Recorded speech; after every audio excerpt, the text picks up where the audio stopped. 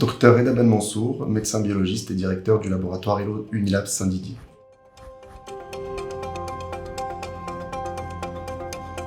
Le diabète gestationnel, c'est une élévation du taux de sucre dans le sang d'une femme enceinte. C'est une situation qu'il faut séparer des situations où une grossesse survient chez une femme diabétique. Pour parler de diabète gestationnel, il faut que ce soit la grossesse qui soit à l'origine du diabète et que le diabète ait été diagnostiqué pour la première fois au moment de la grossesse. C'est une situation qui est bénigne et qui va, en général, entraîner un retour à la normale après l'accouchement.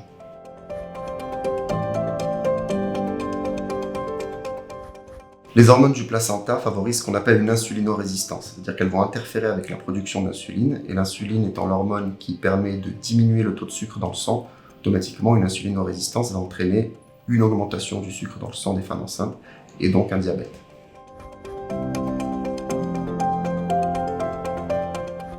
Le dépistage est recommandé chez toutes les femmes enceintes entre 24 et 28 semaines d'aménorrhée.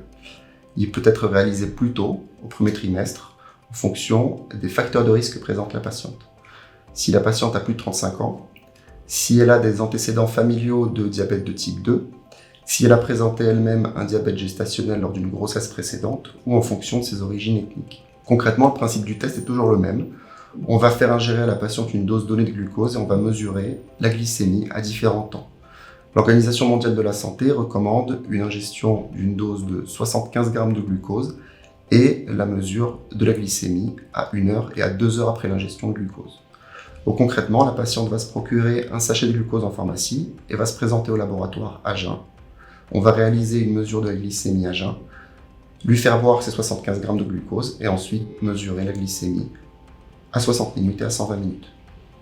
Les résultats sont analysés et rendus dans la journée. Et la patiente doit rester au laboratoire tout le long de sa prise en charge, donc pendant les 2 heures, entre son arrivée au laboratoire et le deuxième prélèvement à 120 minutes.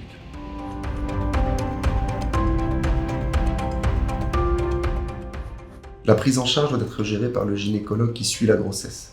Elle consiste principalement en la mise en place de mesures diététiques.